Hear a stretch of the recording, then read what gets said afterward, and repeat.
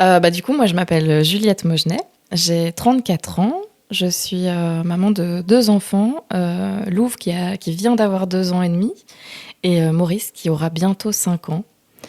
Je suis mariée avec Thomas. On est ensemble depuis 14 ans à peu près.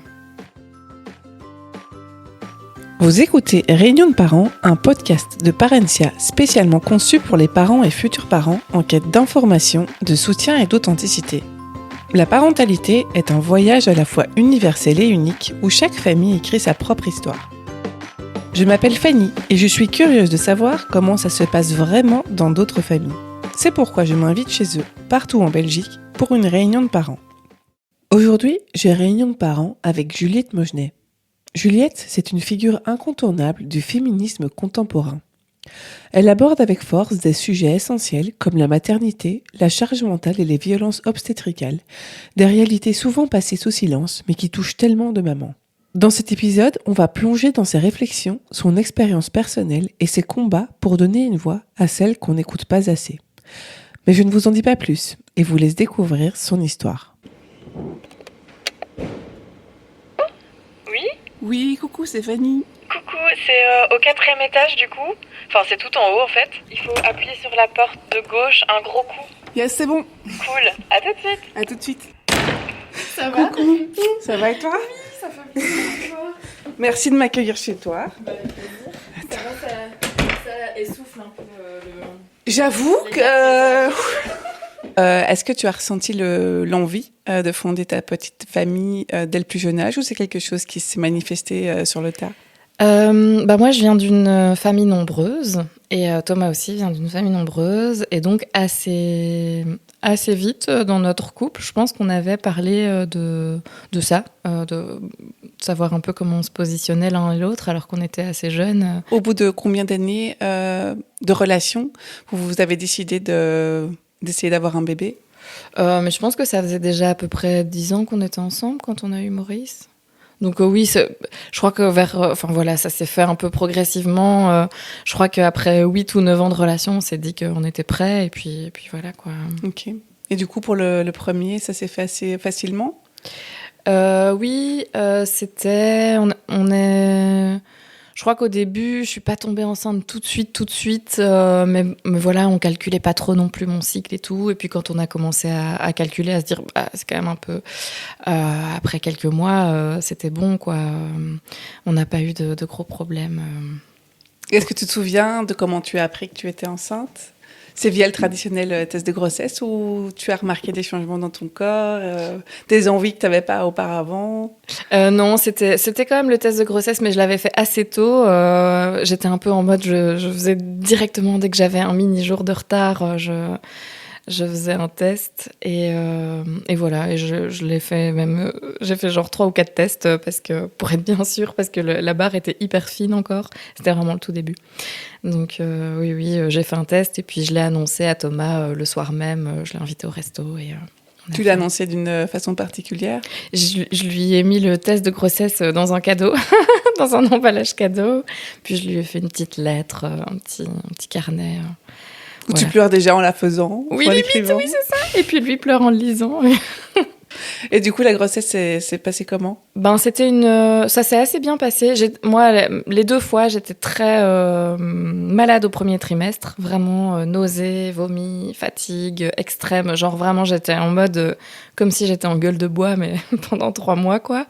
Donc un peu dur premier trimestre. Le 2e trimestre s'est super bien passé. J'étais assez en forme. Et puis, c'est vrai qu'à la fin du 3e trimestre, je commençais quand même à bien fatiguer, quoi. Et je commençais aussi un peu à me dire, tiens, travailler... après, ça dépend des pays, mais en tout cas, en Belgique, le fait qu'on travaille jusqu'à 1 semaine avant la date du terme, c'est quand même un truc où on se dit à la fin, waouh, c'est long, on est quand même un peu diminué.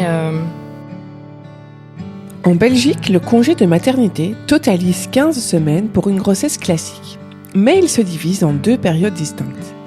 Le congé prénatal peut aller jusqu'à 6 semaines avant l'accouchement ou 8 en cas de grossesse multiple, mais seule la dernière semaine est obligatoire. Le reste, c'est à vous de choisir. Après la naissance, le congé postnatal comprend au moins 9 semaines ou 11 pour des jumeaux ou plus pour vous concentrer sur votre rétablissement et celle de votre bébé. Par contre, si vous êtes indépendante, la durée totale est plus courte, avec 12 semaines ou 13 en cas de naissance multiple. Et un petit rappel, pas besoin d'attendre votre congé maternité pour demander la prime de naissance, c'est une démarche simple qui peut se faire à l'avance. Faites-en facilement la demande sur parentia.be. Franchement, j'ai quand même aimé être enceinte. À la fin, j'étais très fatiguée, je dormais très mal. Mais globalement, j'étais assez fière comme ça, enfin assez contente Et voilà, après il y a plein de petites choses qui commençaient un peu à me questionner. Ton enfant devient entre guillemets propriété publique et ton corps devient une sorte de propriété publique, et à la fois il y a quand même toutes ces injonctions qui pèsent finalement sur toi en tant qu'individu. Donc moi, j'ai un peu ressenti cette espèce de contradiction entre tout le monde a un œil sur ce que tu bois, ce que tu fumes, ce que tu fais. En fait, j'ai commencé à ce moment-là à ressentir effectivement qu'il y avait des injonctions contradictoires qui reposaient sur moi en tant que femme enceinte, future maman, quoi. Et la plus choquante, enfin celle qui t'a le plus sauté aux yeux? Je dirais que en fait, c'est le côté qui commence à ce moment-là, mais qui continue après, où en fait, on considère et on attend de toi que à la fois tu continues à vivre ta vie de manière la plus normale possible, donc justement travailler jusqu'à la fin, que en fait cette grossesse n'abîme pas entre guillemets tes capacités, tes compétences, ta vie à la fois professionnelle, sociale, etc. Et en même temps, il faut, à côté de ça, il faut, tu dois arrêter de boire, arrêter de fumer, tu dois quand même faire attention à toi, il faut... Pas prendre trop de poids. Oui, c'est ça, tu peux pas prendre trop de poids. Enfin, t'es quand même assez contrôlé aussi de manière systémique, en fait. Enfin, finalement, c'est aussi le suivi médical, le suivi, enfin, le regard social, etc., qui pèse un peu. Et à côté de ça, tu dois... Oui, c'est ça, tu dois continuer à bosser, enfin voilà, tu as cette espèce de jeu d'équilibriste à gérer entre... Comme quand dans les transports, on fait genre qu'on voit pas qu'il y a une femme enceinte sur le point d'accoucher, mais que si elle va boire un petit verre, là, par contre, on la voit. Là, on la voit, exactement. Non, mais vraiment, c'est exactement ça, ouais. Je sais pas comment tu as su que tu allais accoucher. Quels ont été les symptômes qui t'ont... En fait, ce qui s'est passé, c'est que on avait fait une petite fête ici avec des copains et on avait été se coucher genre vers 1h30 du matin et on était ici, donc Thomas avait un peu bu et en fait, je me réveille genre à 3h30 du mat ou 4h du mat et j'avais perdu les os dans le lit, quoi. Et donc, en fait, j'avais commencé à perdre les os dans le lit, puis je me suis levée, je continuais à perdre les os. Donc, je me c'est maintenant, quoi. Et notre sage-femme nous avait vraiment dit, quand on perd les os, il faut quand même pas trop tarder. Si c'est un travail qui se déclenche avec les contractions, là, vous avez le temps avant d'aller à la maternité. Mais quand on perd les os, il faut y aller quand même plus vite parce qu'il faut vérifier... certains paramètres aussi. Je pense qu'il y a aussi plus de risques d'infection, etc. Ouais, c'est ça. Donc en fait, on est allé à la maternité assez vite. On a traversé la ville à pied parce que traversé la ville, c'est à 10 minutes, un quart d'heure à pied. T'étais encore en état de marcher à ce moment-là? Oui, j'étais encore en état de marcher, mais quand même. Tout de suite, j'ai eu des contractions hyper rapprochées, quoi. Donc vraiment, je me suis réveillée avec les os et tout de suite, j'étais là avec mon petit chrono de contractions. Elles étaient pas encore très fortes, mais par contre, elles étaient très régulières déjà, très rapprochées.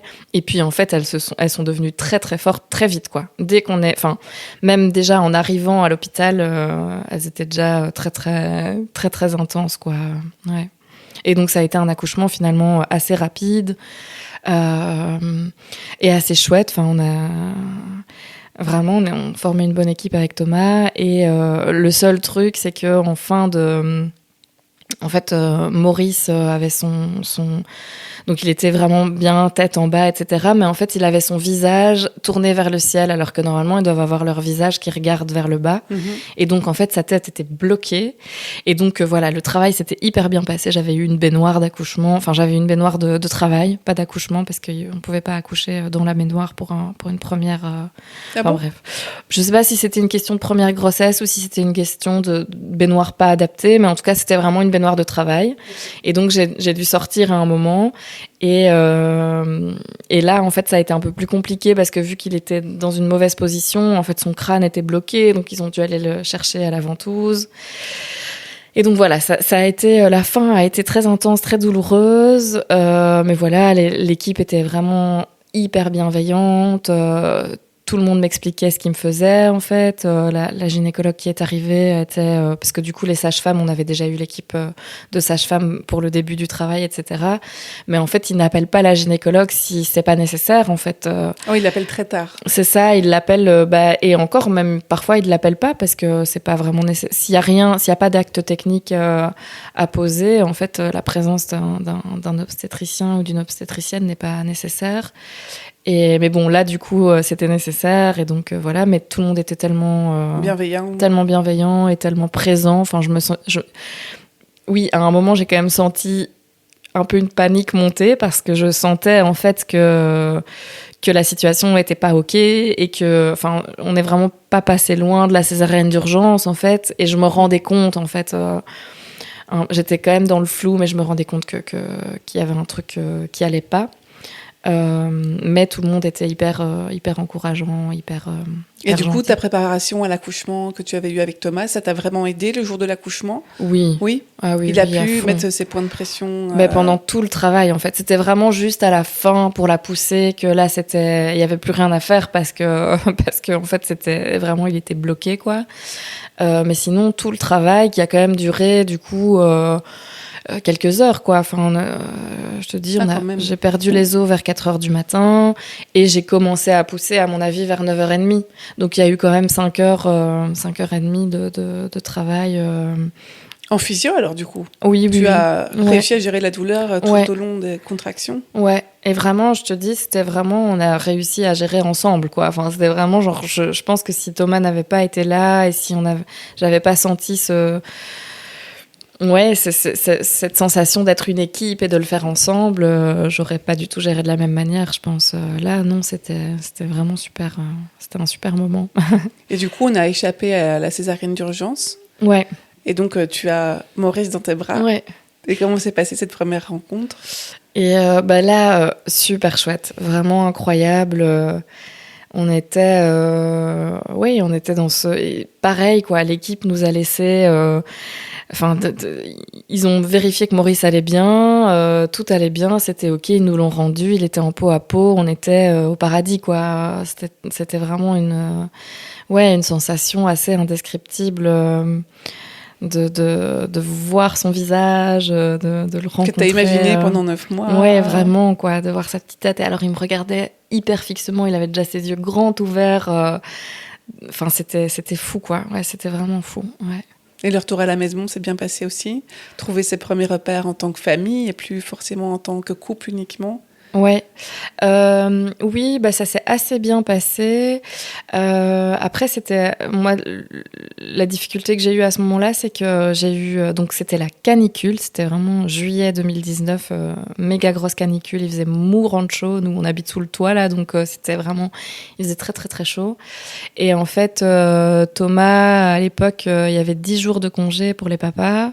Je pense qu'il avait un tout petit peu prolongé, et heureusement parce que en fait, j'ai fait une double mastite infectieuse et donc j'ai été réhospitalisée j'avais vraiment des paramètres un peu effrayants, quoi. Enfin, j'ai fait de la fièvre de dingue qui retombait pas. J'avais une CRP, donc c'est un indice d'infection qui était explosif, quoi. Enfin, et donc là, j'ai été réhospitalisée pendant une petite semaine. Enfin, maintenant, mais ouais. C'est dur. Ouais. Donc ça a été très intense et surtout du coup, en fait, j'avais vraiment, moi, je m'étais dit, oh, mais je vais allaiter d'office, limite un allaitement long et tout. Enfin, j'avais un peu projeté ça et en fait, ça a complètement tué mon allaitement. Enfin, j'avais du pus qui me sortait des seins. C'était ultra douloureux, j'avais presque plus de lait. Et en fait, Quand j'ai tu as été essayé... hospitalisée pour ta mastite, est-ce que Maurice était avec toi du coup? Oui, il était avec moi tout le temps. Ok. On n'a jamais été séparés. Mais du coup, là, en fait, je devais tirer mon lait toutes les 2 heures. Et encore, j'avais vraiment presque plus rien qui sortait, mais il fallait que je restimule. Mais je pouvais plus, lui, le mettre au sein.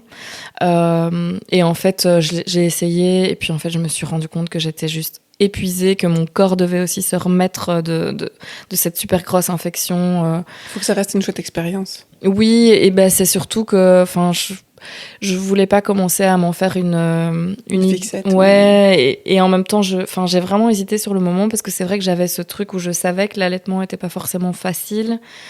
Mais là, c'était vraiment trop. Et en fait, je voyais bien que mon corps ne suivait plus. Et puis, on a eu une discussion aussi avec Thomas là-dessus, où on s'est dit, bah, même pour le partage des tâches, entre guillemets, passer au biberon, ça permet que lui fasse aussi sa part au niveau de nourrir l'enfant, etc. Et donc voilà, donc en fait, j'ai arrêté finalement assez vite l'allaitement avec toute cette histoire. Mais sinon, j'étais assez heureuse d'être... Enfin, donc Thomas a repris le boulot, mais moi, je suis partie en vacances avec des copains et Maurice dans le sud de la France, en prenant le train toute seule avec Maurice. J'ai eu un congé maternité assez chouette où je faisais plein de choses avec lui, des cours de massage bébé, j'allais voir des copines à gauche à droite, j'essayais de prendre du temps avec lui et puis de profiter aussi. Enfin, c'était assez... C'est des moments tellement magiques et qui Mais durent oui. tellement pas, quoi. C'est ça. Et je me sentais assez bien. Épanouie, en tout cas, de ce que j'entends. Oui, c'est ça. Après, quand même... donc, on n'a pas eu de place en crèche tout de suite. Donc, en fait, à la fin de mon congé maternité, on n'avait pas de solution de garde.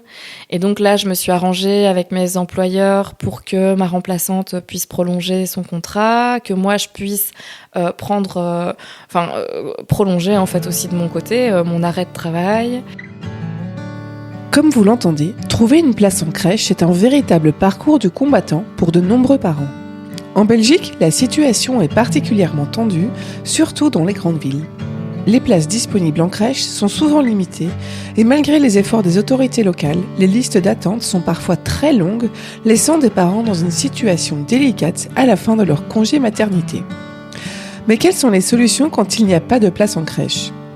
D'abord, il existe des accueillants d'enfants agréés qui offrent une alternative aux crèches traditionnelles. Ces professionnels de la garde à domicile peuvent offrir un environnement plus intime et plus flexible et sont une bonne solution pour les familles qui n'ont pas de place en crèche. Si cette option ne vous convient pas, il est possible également de se tourner vers les crèches privées qui proposent des horaires plus flexibles mais à un coût souvent beaucoup plus élevé. Certaines entreprises proposent aussi des crèches d'entreprise, un service très utile pour les parents qui travaillent dans le privé. Une autre option, c'est de prendre un congé parental. Bien que ce congé soit moins rémunéré que le congé maternité, il permet à un parent de rester à la maison avec bébé en attendant de trouver une place en crèche. N'hésitez pas à télécharger notre guide gratuit dédié au congé parental sur parentia.be. Et enfin, dans les grandes villes, il est parfois possible de trouver des places temporaires, une solution proposée par certaines communes pour pallier le manque de places fixes. Bien sûr, le coût des crèches peut varier selon la région et le type de garde choisi, mais sachez qu'il existe également des aides financières comme les allocations familiales, les primes régionales et communales qui peuvent alléger ces frais conséquents. L'important, c'est de ne pas hésiter à explorer toutes les solutions possibles et à commencer vos démarches très tôt dans votre grossesse pour éviter de mauvaises surprises à la fin de votre congé maternité. Et en fait, finalement, on a eu une place en crèche quand Maurice devait avoir 7 ou 8 mois, quelque chose comme ça. Et là, quand même, allez, les 4 ou 5 premiers mois, j'étais hyper contente. Mais on va dire les 2 ou 3 derniers mois, je commençais quand même à avoir envie de retrouver quelques moments de solitude, de retrouver aussi du temps pour travailler, pour moi aussi, voilà, à la fin, je sentais quand même que le temps devenait un peu long.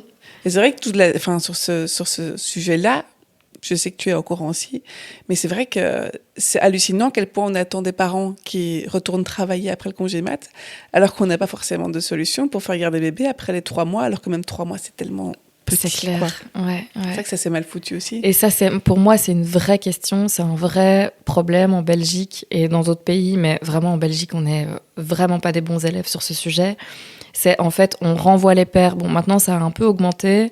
Et c'est vrai qu'en quelques années, on est passé de 5 jours à 20 jours pour les pères. Donc quand même, il y a du progrès, mais on est quand même encore loin de quelque chose d'équitable. Mais les Belges, j'ai vite content. Parce que quand tu me dis qu'il a 20 jours maintenant, tu fais, c'est beaucoup. Hein. Et il a 20 jours maintenant. Ouais, alors qu'en fait, c'est encore rien, quoi. Et pareil, en fait, finalement, on a augmenté le père, mais la mère, elle a besoin de plus aussi que 3 mois, quoi. Que 3 mois. C'est vraiment pas assez non plus. Et puis, il y a peu de mécanismes de gestion, enfin d'aide à la gestion entre vie professionnelle et vie privée par la suite, parce qu'en fait, la petite enfance, ça s'arrête pas aux 3 mois de l'enfant, quoi. Enfin, et oui, et après, moi, je pense que je suis arrivée dans la maternité à une période aussi quand même compliquée, parce que je vois bien. Donc, ce qui s'est passé par la suite, c'est que donc Maurice a commencé la crèche et puis il a été 3 semaines en crèche et puis c'était le Covid. Et donc, en fait, vraiment à ce moment-là où moi, je me disais « Ah, chouette, je vais vraiment pouvoir retrouver un équilibre de vie entre mon travail, le système de garde de mon enfant, ma vie, la nôtre. » Enfin, voilà, cette espèce de jonglerie déjà en temps normal qui demande d'être un peu un équilibriste. Ben là, en fait, c'était fini parce que les crèches fermaient, parce que... donc, ouais, je me suis retrouvée avec finalement 3 semaines de crèche et puis retour au bercail et en étant dans des conditions, bah voilà, on a un peu oublié maintenant, mais c'était quand même super anxiogène. Tout le monde était hyper isolé. Alors les gens étaient souvent isolés finalement en bulle familiale. Mm-hmm. Mais moi, dans mon cas, Thomas travaillait dans le milieu médical, donc en fait, lui continuait à travailler et même il avait vraiment beaucoup de boulot. Et donc moi, j'étais vraiment seule avec mon fils, quoi. Et donc on n'était plus trop dans cette période de congé maternité où je vais boire des cafés avec des copines, où je me promène, je vais voir des expos, faire des trucs avec mon bébé. Et là, c'était vraiment juste l'isolement total, justement à une période où j'avais juste envie de récupérer un peu ma vie, quoi. Et vis-à-vis de ton employeur, du coup, ça t'a pas posé de soucis ? Et en fait, au début du moment où on a reconfiné, je télétravaillais du coup. Mais alors, vu que j'étais avec mon enfant, je télétravaillais plutôt le soir. Et donc, en fait, j'avais des journées où la journée, je passais... Ouais, vraiment journée sans fin, quoi. Et après, en fait, je travaillais pour une ASBL d'événementiel. Et donc, en fait, on a... Au début, on reportait les événements prévus, on travaillait pour organiser les reports. Et puis en fait, à un moment, c'était toutes les 2 semaines, on reportait. Et puis on s'est dit, bon, là, on ne sait pas vers où on va. Ça va peut-être durer 6 mois, ça va peut-être durer 1 an. Et on avait des frais fixes de loyer de bureau, il y avait plein de frais fixes. Et on n'avait plus aucune rentrée d'argent vu qu'on n'avait pas de subside fixe. Et donc, en fait, on a fait le choix tous ensemble de liquider, entre guillemets, enfin d'arrêter les activités de la SBL et de faire en sorte que la SBL soit pas en liquidation, mais en sommeil longue durée, on va dire. Mais donc, on a été tous licenciés à ce moment-là. Et puis voilà, et puis moi je me suis lancée comme freelance. Enfin j'ai bifurqué du coup à ce moment-là au niveau de ma vie professionnelle parce que ça se mettait aussi et voilà. Des portes qui se ferment et d'autres qui s'ouvrent. Oui, voilà, c'était aussi voilà, je m'étais déjà dit que j'avais envie justement de réaliser des podcasts, d'avoir un peu plus de temps pour d'autres projets créatifs et en même temps ça paye pas, donc il fallait aussi que je continue à travailler comme responsable communication, comme rédactrice et copywriteuse en parallèle. Et donc voilà, c'était un peu l'idée de me lancer avec cette double casquette à ce moment-là. Ok. Et du coup, après la parenthèse Covid, tu as pu récupérer une vie normale, on va dire ? Oui, beaucoup plus. Après, moi, je trouve que j'ai quand même vécu ce truc de Covid. Pour moi, ça a quand même duré longtemps, quoi. Parce que on avait une crèche qui était vraiment, et qui est toujours vraiment super et où toute l'équipe est géniale et tout. Mais c'est une petite crèche avec peu d'employés. Et donc, en fait, dès qu'il y en avait une qui était malade, ben, il y avait des quarantaines et des trucs. Et donc, en fait, les autres pouvaient pas assurer le suivi de la garde des enfants. Et donc, la crèche a fermé comme ça parfois 15 jours, puis rouvrait une semaine, puis refermait 15 jours. Et donc, moi, j'ai vraiment eu cette sensation de, mais en fait, ce Covid est sans fin, quoi. Et puis après, oui, finalement, j'ai quand même retrouvé un rythme plus rythmé, mais je pense que c'était à ce moment-là, Louve était déjà bébé, quoi. J'ai l'impression avec Maurice d'avoir finalement pas vraiment eu De retour au bout. À la normale, ouais, quoi. C'est ça. Ouais. Okay. Où il y avait toujours ce truc où je devais quand même être plus ou moins dispo si jamais. Enfin, il y avait beaucoup de moments où effectivement il fallait que je le sois, quoi. Ouais. Et donc tu parles de Louve. Après combien de temps vous avez décidé de lancer un petit deuxième? Ben, en fait, il y a eu justement une période. Donc Thomas a fait un burn-out. Après, du lié au Covid, du coup? Oui, après le Covid, pendant même. Et donc, en fait, il y a eu un moment comme ça où il a été à la maison et où c'était assez difficile pour lui, parce que voilà, un burn-out, c'est vraiment pas rigolo. Mais en attendant, au niveau de notre parentalité, au niveau de notre rythme familial, ben, ça nous a vraiment fait du bien qu'il soit à la maison. Et donc, on a décidé à ce moment-là, allez, on se lance pour un petit deuxième. Et c'est vrai qu'on avait aussi... moi, avec mes frères et sœurs, on est tous très rapprochés. Et du coup, j'aimais bien cette idée d'avoir 2 enfants pas trop éloignés en âge. Et donc, en fait, finalement, Maurice et Louve, ils ont 2 ans et 4 mois d'écart. Ok. Et du coup, pour cette deuxième grossesse, est-ce que tu avais prévu un projet de naissance différent du premier? Oui, j'étais un peu plus... exigeante entre guillemets, enfin en tout cas j'avais continué à m'informer, etc. Et donc j'avais vraiment des choses un peu plus précises dont j'avais envie. Je pense que pour Maurice, voilà, je voulais un accouchement physio, mais j'étais pas spécialement très critique entre guillemets sur les protocoles hospitaliers, etc. Alors que pour Louve, j'avais un peu approfondi aussi. J'avais rencontré dans mon coworking de l'époque une femme qui est devenue une amie entre-temps d'ailleurs et qui faisait une formation de doula. Donc on avait aussi, elle avait fait une partie de ses stages en me suivant. Et donc on avait aussi pas mal parlé. Enfin voilà, j'avais un peu approfondi mes connaissances sur tout ça, quoi, sur la naissance physio, mais de manière un peu plus précise. Et par exemple, j'avais envie de faire un clampage tardif. Quand Juliette évoque le clampage tardif du cordon ombilical, elle parle d'une pratique médicale simple mais porteuse de nombreux bénéfices. Concrètement, cela consiste à attendre entre 1 et 3 minutes après la naissance avant de pincer et couper le cordon ombilical. Pendant ces précieuses minutes, le sang encore présent dans le placenta continue de circuler vers le bébé. Ce transfert supplémentaire lui apporte une dose significative de fer, essentielle pour réduire le risque d'anémie dans les mois qui suivent la naissance. Pour les bébés prématurés, les avantages sont encore plus marqués. Cela peut diminuer les risques d'hémorragie cérébrale et d'infections graves, tout en réduisant le besoin de transfusion sanguine. L'OMS recommande désormais cette pratique car elle est bénéfique pour la majorité des nouveau-nés, tout en restant sûre pour la maman. Une simple action qui peut faire une grande différence dans la vie des tout-petits. Ah oui, j'ai accouché 3 jours du terme, comme pour Maurice. Okay. Et est-ce que tu as perdu les os dans ton lit cette fois-ci? Non, cette fois-ci, j'ai perdu les os. Écoute, c'était rigolo parce que j'avais justement ce matin-là, j'avais un rendez-vous avec ma sage-femme à l'hôpital prévu. Et donc, c'était un vendredi matin. Et c'était rigolo parce que ce jour-là, Maurice passait la journée avec sa grand-mère. Mais voilà, il était prévu que normalement, elle le ramène le soir à la maison et puis qu'il soit à la maison pour le week-end. Et donc voilà, je vais voir ma sage-femme, j'ai mon rendez-vous. Et puis je vais ce jour-là luncher avec une amie. Mais voilà, je devais prendre des transports en commun. et quand même assez long. Et puis je la rejoins. Et en fait, je sentais, donc je sors de mon rendez-vous avec ma sage-femme, je sors du monitoring, où on me dit quand même, ah ouais, quand même, sur le monito, je vois que c'est bien. Et puis ma sage-femme m'avait dit, ah, je crois que ça va être ce week-end.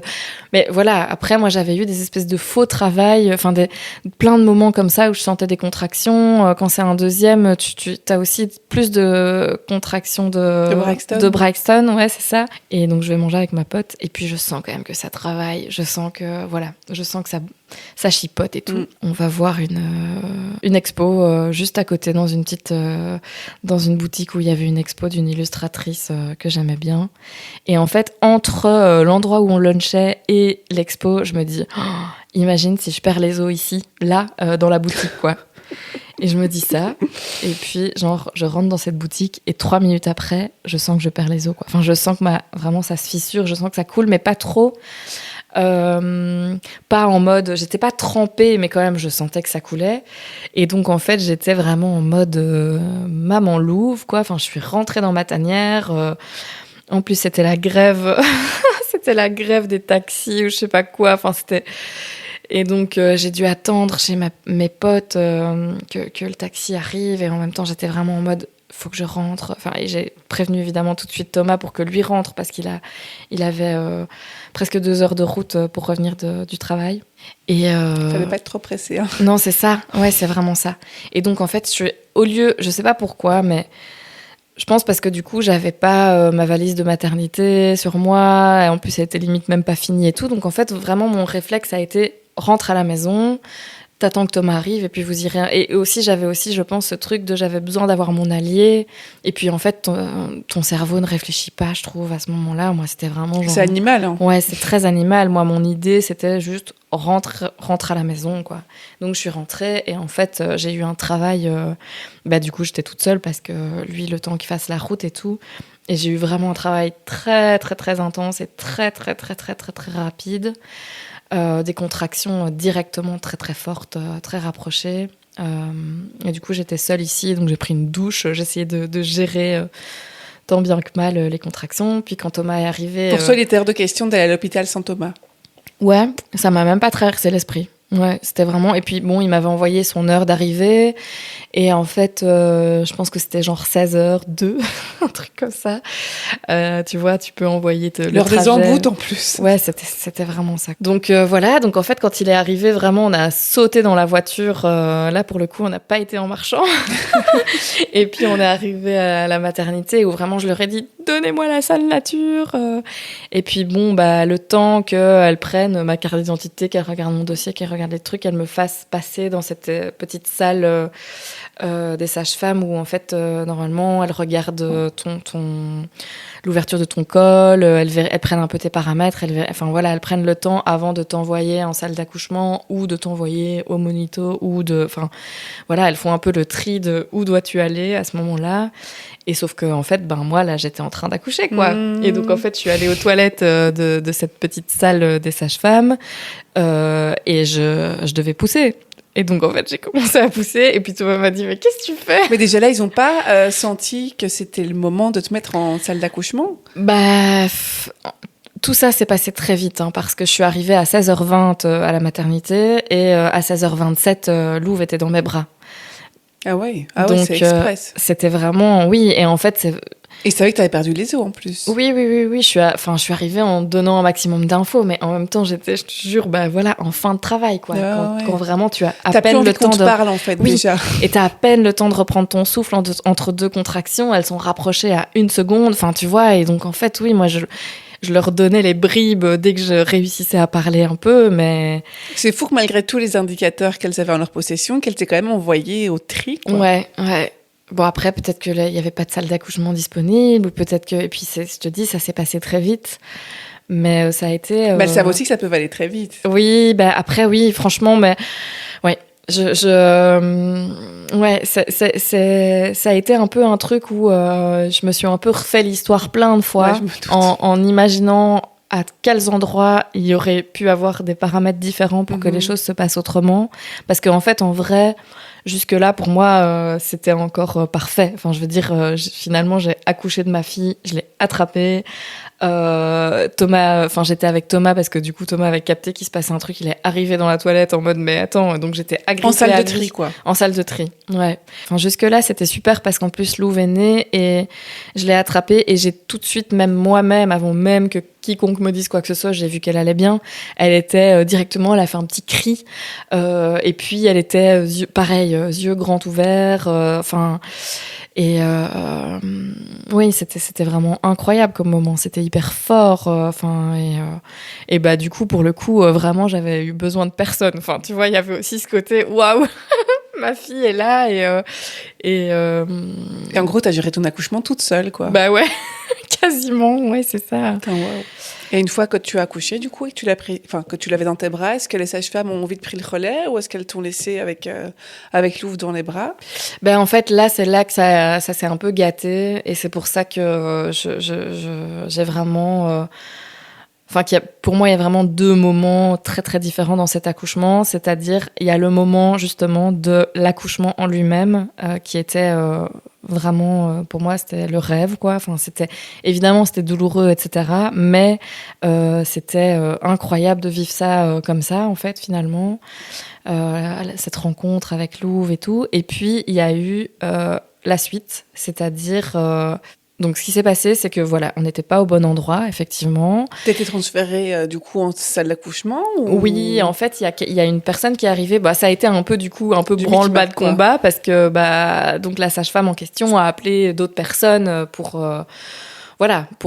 venir, pour voir si tout allait bien, etc. Mais donc, il y a une personne qui est arrivée. Moi, j'étais toujours là, assise, tu vois, assise dans les toilettes, avec ma fille dans les bras. Non, franchement, ça allait. Enfin, oui, j'avais perdu du sang, mais il y avait du liquide amniotique qui restait aussi, qui était là et tout. Mais bon, bref, il y a cette personne qui est arrivée, qui s'est pas présentée. Donc, je savais pas si c'était une sage-femme, une gynéco, quoi, qui est arrivée pour clamper, en fait. Et puis bon, les choses sont aussi un peu floues, la temporalité un peu floue et tout, mais donc moi à ce moment-là j'ai dit ah mais en fait j'aimerais un clampage tardif et là elle m'a dit ah non ça on fait pas de clampage tardif, de toute façon c'est déjà plus ou moins tardif. T'avais accouché il y a combien de temps? Mais genre 1 minute, 2 minutes quoi, enfin tu vois c'était ça fait plus de 2 minutes donc c'est déjà un clampage tardif et puis j'étais un peu là ok, mais vraiment genre on t'écoute pas quoi. Enfin, et puis je pense que j'ai parlé du fait que j'avais un plan de naissance, mais après effectivement l'enfant était déjà là, le plan de naissance, c'était voilà la temporalité des choses a fait que je crois qu'elle a pas eu le temps d'en prendre connaissance, même si je l'avais exprimé et puis il y avait des choses écrites en fait qu'elle pouvait.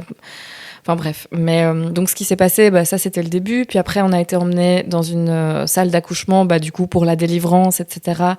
Mais cette gynéco a été hyper intrusive en fait. Elle nous a pas laissé du tout de temps pour découvrir notre bébé, être juste tous les trois en famille, profiter de l'ocytocine de ouf qui était présente dans la pièce à ce moment-là avec nous. Et enfin vraiment ce truc de se dire waouh, ce qu'on vient de vivre est incroyable. Claire. C'est des moments exceptionnels que tu vis pas 10 fois clair. Dans ta vie, quoi. Ouais, c'était vraiment. Et en fait, elle était là, elle venait, elle m'a fait. Le clampage était déjà fait, là, donc du coup. Ouais, elle m'avait clampé directement sur le sol Elle avait pas respecté ma demande de ne pas clamper à ce moment-là. Déjà là, comment tu le vis? Je pense que là, à ce moment-là, je suis encore un peu en mode bon, ok, c'est pas si grave, tu vois. Et puis, mais par contre, la suite, ça a été de plus en plus trash parce que elle m'a fait une révision utérine sans me dire qu'elle la faisait, sans me demander mon consentement. Quand Juliette parle de révision utérine, elle fait référence à une procédure médicale parfois nécessaire après un accouchement. Mais en quoi cela consiste exactement ? C'est une intervention médicale qui permet de vérifier que l'utérus est bien vidé de tous les fragments de placenta ou de caillots sanguins qui pourraient rester après la naissance, afin d'éviter des complications comme une hémorragie ou une infection. Cette procédure peut être réalisée sous anesthésie locale ou générale en fonction de la situation. Mais, et c'est important de le souligner, une révision utérine nécessite le consentement de la maman. L'équipe médicale doit donc expliquer pourquoi cette intervention est nécessaire, comment elle se passe et obtenir son accord avant d'agir, sauf bien sûr en cas d'urgence vitale. En fait, sur le moment, j'avais même pas capté qu'elle me faisait ça. C'est Thomas qui l'a vu, qui m'a expliqué après ce qui s'était passé. Moi, je lui disais juste, mais ça me fait super mal. Elle m'appuyait sur le ventre en même temps et tout. Je comprenais pas ce qu'elle faisait. Et donc, j'ai exprimé à plusieurs reprises la douleur que je ressentais. Et elle a pas du tout réagi à ça, elle continuait quoi. Puis il y a eu encore rien, alors, ouais, en m'expliquant rien. Et puis à la fin, il y a encore eu ah oui, aussi elle m'avait mis de l'ocytocine en me disant, enfin tu vois, en commençant à me piquer sans me dire ce qu'elle faisait. Et donc j'ai dit mais en fait qu'est-ce que vous faites? Elle me dit je vais vous mettre une petite hormone. Et donc je dis mais en fait j'aimerais bien ne pas avoir d'ocytocine de synthèse justement. Et elle a dit non, ici dans le protocole on met de l'ocytocine de synthèse. Et donc moi j'étais là en fait je sais mais moi j'en veux pas. Et en même temps en parallèle de ça je me disais là elle vient de me faire du mal, elle vient de me déranger, je viens de perdre un peu justement cette ocytocine naturelle, je pense que je produisais jusqu'à présent. Et donc à un moment j'ai un peu laissé tomber en mode oui ok, plus je montrais que en fait je savais ce qui m'arrivait, je savais ce que je voulais, que j'avais moi aussi des compétences en fait sur ce qui était en train de m'arriver, plus je la sentais ultra tendue en face et à essayer à être crispée par mes demandes et par le fait que je... C'est un peu comme si de ce que j'interprète, c'est comme si elle prenait ça comme si tu mettais en cause ses compétences, alors que toi, c'est juste la façon dont tu as envie de vivre ton accouchement et ton post-accouchement, quoi, tu vois. Exactement. C'est deux domaines qui n'ont même pas à être en compétition. C'est ça qui pourrait tout à fait se compléter et qui pourrait tout à fait, d'autant que là, en fait, dans ce cas-là, l'accouchement s'était hyper bien passé, tout allait bien, le bébé allait super bien. Moi, j'avais juste besoin qu'on me foute la paix. Et en fait, ouais, ça a vraiment, il y avait ce truc où je sentais que ça la crispait, quoi. Et j'étais là. Et à la fin, ça c'est même ce qui s'est passé, c'est que du coup, j'avais une petite déchirure, voilà. Et en fait, elle m'a recousu finalement à vif. Donc elle a à vif, ouais, parce qu'en fait elle m'a mis un gel anesthésiant et puis elle m'a recousu tout de suite sans que le gel anesthésiant fasse effet. Donc de nouveau je lui ai dit plusieurs fois en fait là ça me fait très mal ce que vous faites, et en fait elle était en mode mais vraiment rien à foutre de ce que j'exprimais. Wow. Ouais, et donc voilà, ça a été vraiment violent. Très violent, quoi, entre le non-respect des choses que je demandais, le fait qu'on m'impose un clampage à un moment où je le voulais pas, une révision utérine sans même m'en parler, sans même me le dire. Tout ça, c'était y a rien qui va, quoi. Il y a vraiment rien qui va, quoi. Vraiment rien. Et donc voilà, c'est pour ça que je te dis, c'était vraiment un accouchement en 2 parties, quoi. Et alors après, j'ai fait tout un travail pour bien scinder ces 2 parties et bien capter et essayer de faire la part des choses et du coup que l'accouchement de Louvre ne reste pas quelque chose de négatif. C'est ça, ouais. Et vraiment de rester focus sur tout ce qu'il y a eu avant et de me dire en fait l'accouchement de Louvre c'est ça, c'est le fait que j'ai perdu les os quand j'étais avec ma copine, le fait que je sois rentrée chez moi, que j'ai eu mon travail sous la douche et ici toute seule, le fait que Thomas soit rentré, qu'on ait été ensemble pour le moment où elle est vraiment sortie, le fait que je l'ai attrapée dans mes mains et qu'elle était déjà tellement parfaite quand elle est sortie, le fait que en fait c'était un moment de grande puissance, tout ça. Et après, du coup, ça m'a aussi fait très fort analyser ce qui s'est passé ensuite. Mais du coup, donc, cette gynéco, là, elle est sortie. Une fois qu'elle est sortie et qu'elle vous a foutu la paix, est-ce que là, tu réalises tout ce qui vient de se passer ou pas encore?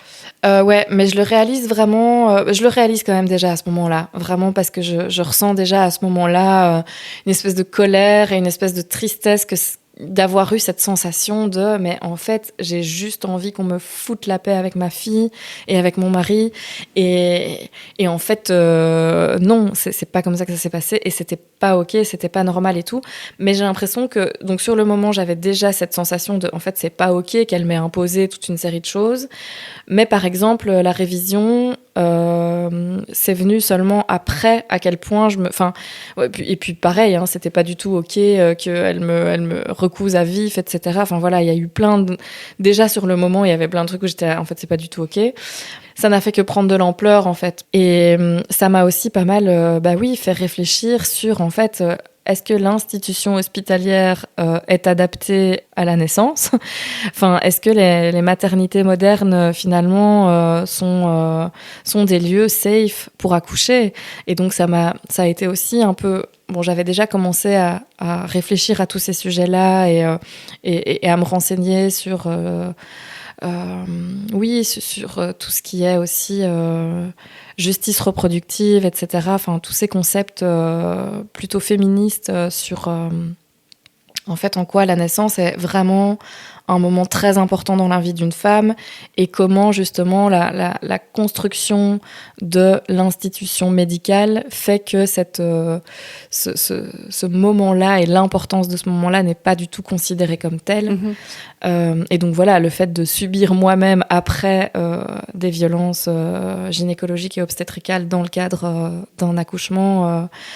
Voilà, ça n'a fait que renforcer ma colère, ma tristesse et mon positionnement, entre guillemets, par rapport à ça, et mes réflexions sur le sujet. Parce que du coup, bien sûr, moi, j'étais victime en tant qu'individu de tout ça, mais j'ai vraiment vu, et je le voyais déjà, mais là encore plus, j'ai vraiment appris à considérer ce problème comme vraiment un problème plus systémique. Et plus collectif.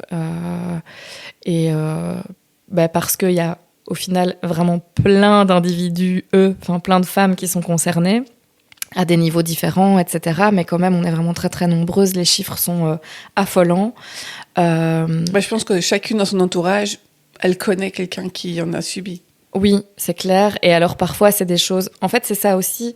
C'est que du coup, moi, après, je me suis renseignée sur le sujet pour le podcast que j'ai réalisé qui s'appelle « Comment j'ai retrouvé ma mère ». Et en fait, dans ce podcast-là, l'idée, c'est vraiment de réfléchir à plein d'endroits et à plein de niveaux dans nos vies de femmes dans lesquels on ne se rend pas forcément compte, mais la maternité a un impact sur notre rapport au travail, sur nos revenus, sur notre rapport à l'espace public, sur notre santé, donc notre santé physiologique, mais aussi notre santé mentale. Sur tous les aspects, il y a plein d'aspects. Voilà. Et donc, l'idée, c'était de un peu balayer tout ça avec des chercheuses, de vraiment mener une grande enquête et de faire évidemment un épisode aussi sur la santé spécifiquement. Et donc, dans le cadre de cet épisode, j'ai rencontré Florence Guillot qui fait partie de la plateforme citoyenne pour une naissance respectée. Et donc, en fait, la plateforme, elles ont mené une grande étude pour essayer d'objectiver les chiffres en Belgique francophone, des violences gynécologiques et obstétricales dans le cadre de la naissance, de l'accouchement. Et en fait, les chiffres sont hyper effrayants parce que elles ont établi un classement des différents types de violences parce que donc elles considèrent que déjà l'absence de demande de consentement, c'est déjà en fait une violence en soi. Et donc parfois il y a peut-être des femmes qui vont pas avoir le sentiment d'avoir vécu une violence, mais si tu réfléchis et si tu te dis oui, en fait on m'a fait ça sans me demander, on m'a fait ça sans me prévenir, on m'a fait ça sans me dire ce qu'on me faisait, mais même si l'acte en soi n'est pas violent et est peut-être nécessaire, en fait à ce moment-là la femme elle a besoin de savoir ce qui se passe pour elle, dans son corps, pour son bébé, etc. Donc voilà, ça c'est on va dire le niveau le plus léger, mais qui est déjà quand même qui est déjà problématique en soi. Et puis après, il y a effectivement tout un classement. J'ai plus j'ai plus toutes les différences en tête et tous les chiffres en tête. C'est hyper impressionnant en fait, et c'est vraiment un truc où tu te dis c'est pas juste oui, ça concerne une maman comme ça et c'est pas du cool tout une pour elle. exception quoi. Non, c'est clair, c'est vraiment plutôt le contraire en fait. C'est plutôt le fait d'être super bien prise en charge et d'avoir aucune violence. C'est ça l'exception en fait finalement. Ouais. Et cette gynéco, tu l'as recroisée après, pendant ton séjour à l'hôpital ou... Non. Non. Jamais. En fait, si. En fait, elle est jamais venue nous voir en chambre après, ni quoi que ce soit. Je l'ai recroisée, en fait, le jour où on sortait. Je l'ai croisée dans le couloir. En plus, on était encore avec les masques et tout à ce moment-là. Et vraiment, je l'ai genre fusillée du regard, quoi. Pendant longtemps, je me suis dit, je pense que je vais écrire au service. Finalement, je l'ai jamais fait. J'ai réalisé un podcast à la place. Et puis, j'en ai pas mal parlé. J'en avais pas mal parlé quand même déjà sur place avec les sages-femmes qui étaient venues me voir en chambre. Voilà, j'ai quand même fait remonter, entre guillemets, le problème via l'équipe de sages-femmes. Mais c'est vrai que cette personne-là, je l'ai jamais vraiment confrontée, elle, quoi. Non. Et tu dirais que ces impacts de violence obstétricale ont eu un impact sur ta santé mentale et physique par après? Je pense que oui. Pour moi, c'est un des éléments qui font que... en fait, j'ai fait une dépression postpartum après l'arrivée de Louve, mais qui n'a été diagnostiquée que quand c'était fini.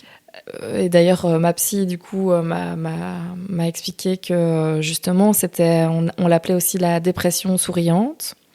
Et en fait, c'était assez particulier parce que à la fois, j'étais en train, à l'époque, de travailler justement sur le sujet. Et donc, je recevais pas mal d'infos où je me disais, tiens, je serais peut-être quand même bien concernée par ça. Et en même temps, moi, à l'époque, j'étais vraiment dans une démarche de recherche pour justement essayer de dénormaliser plutôt les conditions de vie et les conditions d'isolement et les représentations aussi sur... qu'est-ce que c'est qu'être une jeune maman qui se retrouve en postpartum avec un bébé, et voire dans mon cas, moi j'étais avec du coup 2 jeunes enfants puisque Maurice avait seulement 2 ans et quelques mois et Louve était vraiment nouvelle-née. Et Thomas, en plus, était dans une période à ce moment-là où il devait travailler de manière très, très intense. Et donc, j'étais vraiment beaucoup, beaucoup seule avec les 2. Et donc, voilà, moi, ce qui m'intéressait aussi, c'était de justement réfléchir, tiens, en fait, quand on vit une dépression postpartum, est-ce que ce serait pas plutôt lié plus à nos conditions d'existence que à, finalement, notre santé, nos hormones, enfin... Et moi, mon idée, c'était un peu de questionner ça. Et finalement, il s'est avéré que c'était effectivement ça et que c'était sans doute un mélange de plein de choses et qu'il y a aussi un mélange il y a aussi ce que nous, on veut être comme mère et comment on se projette et comment on se met la pression. Je me sentais dépassée en permanence. Je me dépréciais de ne pas réussir à la fois, mes enfants, je les adore. Enfin, je les aime d'un amour... infini et en même temps vraiment à certains moments je prenais plus de plaisir à m'occuper d'eux et donc voilà, tu t'auto-flagelles en te disant que le problème aussi, vient de toi. En fait, il y a aussi ce truc, c'est que c'est vrai que moi dans mon cas, Thomas c'est vraiment un super papa qui est très impliqué mais c'est juste que physiquement en semaine il était pas là, quoi. Après il faisait sa part, le week-end il s'en occupait super bien, il rentrait le soir assez tard, il dormait déjà, mais il s'occupait de Louve pendant la nuit, etc. Enfin il faisait vraiment de son mieux, mais voilà, à ce moment-là, au niveau professionnel, il pouvait pas être plus présent à la maison. Et il y avait un peu ce truc de bah oui, c'est un super papa, il s'occupe très bien de ses enfants, et donc par exemple le week-end quand on est avec nos familles ou avec des amis ou quoi, bah en fait c'est très valorisé et même spécifiquement même dans ma famille à moi, c'est oh waouh Thomas, mais quel super papa, etc. Et en fait, moi, je me sentais vraiment la maman défaillante et maman nulle, alors qu'en fait, je passais toute ma semaine toute seule avec mes enfants. Enfin, tu vois, et que en fait, et je crois que c'est ça aussi qui m'a aidée, c'est que quand j'ai fait un suivi psy par la suite, enfin, c'est comme si j'avais quelqu'un qui m'objectivait, enfin, que j'avais besoin de l'entendre de l'extérieur, d'avoir quelqu'un qui m'a dit, mais en fait, ce que vous venez de traverser, c'était extrêmement difficile et vous êtes extrêmement forte et extrêmement puissante d'avoir réussi ça et de vous occuper de vos enfants de cette manière-là. Et qu'est-ce qui fait que finalement t'as consulté ? T'as senti que t'étais pas bien Oui, franchement, je sentais que j'étais pas bien, que j'avais vraiment... Enfin, je le sentais, en fait, que je poussais mes limites, mais... Et au bout de combien de temps tu t'es dit, tiens, peut-être que je devrais aller voir quelqu'un ?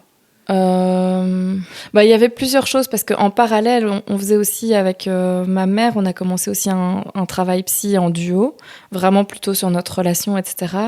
Et moi, je pense que j'ai commencé à consulter, peut-être quand Louve devait avoir 6 mois, un truc comme ça. En fait, quand elle est rentrée à la crèche et que j'ai pu récupérer un petit peu de temps, parce qu'entre-temps, Maurice avait aussi commencé l'école et tout. Donc, je crois que oui, c'est ça. Louve devait avoir 5-6 mois. Au moment où elle a commencé la crèche, je me suis dit, ah là, maintenant, je vais avoir du temps dans ma journée où je peux organiser mon emploi du temps autrement, parce que sinon, c'était vraiment le Tetris entre les enfants, le boulot, Louve qui était avec moi H24 aussi. Donc oui, c'est un mode de pilote automatique aussi, quoi. Oui, c'est ça. Et puis vraiment, il y a ce côté... on se dit quand même, quand on dézoome un peu, on se dit en tant que femme, on nous en demande beaucoup. Et après, on s'en impose à nous-mêmes aussi, mais parce que on se conforme... on essaye de se conformer aussi à un modèle qui est assez pratique en fait pour le patriarcat et pour le capitalisme de la femme qui non seulement gère le travail de soins et le travail domestique et le travail parental, et en plus elle a une carrière un aussi. métier, une carrière, gagne sa vie, contribue. Voilà, c'est vraiment une espèce de double casquette, double journée, voire triple journée. Ça, du coup, j'en parle aussi dans le podcast un peu en long et en large, mais il y a vraiment ce truc de dire waouh, en fait, on peut aussi être un peu plus douce avec nous-mêmes et se rendre compte un peu de tout ce qu'on fait, et qu'on peut aussi être fier de nous, quoi. Oui, aussi. être fier de nous, être fier de celles qui nous ressemblent, aussi se donner les unes aux autres. Un peu de sororité entre mamans. C'est ça, cette espèce de reconnaissance de, en fait, ce qu'on vit là, on le vit chacune, mais on le vit aussi finalement collectivement. Mm-hmm. Et aussi, c'est aussi pour ça, je pense que c'est ces prises de parole et ces conscientisations de tout ce qui peut être vécu et tout ce qui peut être difficile, c'est hyper important, parce que du coup, tu te sens beaucoup moins seule. Tu n'es plus dans cette espèce de course à la performance, et où du coup tu te sens nul quand tu n'y arrives pas, alors que en fait non, il n'y a pas à se sentir nul. Je veux dire, c'est juste normal en fait de pas y arriver, ou d'y arriver, en fait de pas y arriver et d'y arriver, mais comme on peut en fait. Ouais. Puis après, je trouve que sur les réseaux sociaux, c'est un peu ce qu'on nous vend, un peu moins maintenant je trouve, mais c'est vrai que pendant tout un temps, tout ce qu'on nous vendait, c'était la maman parfaite, où tout était parfait, alors qu'au final, c'est pas ça la maternité. Non. Mais c'est pas ce qu'on nous renvoie, tu vois. Ouais. Et c'est pour ça que je pense que justement, de plus en plus, il y a aussi des contenus plus militants, des personnes qui justement essayent de déconstruire tout ça, notamment d'un point de vue féministe aussi, pour montrer... Moi, je pense vraiment fondamentalement que ce sujet de la maternité, de la parentalité, c'est vraiment un sujet qui concerne juste tout le monde, en fait. C'est le dénominateur commun, parce qu'en fait, on est tous nés un jour, on a tous grandi dans un utérus, en fait, à la base, vraiment tous et toutes.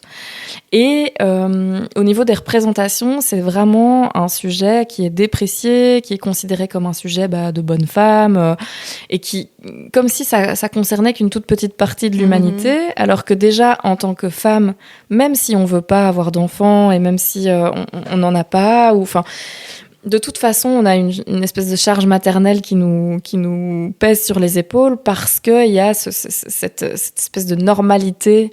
On nous présente la maternité comme la normalité des femmes, en fait.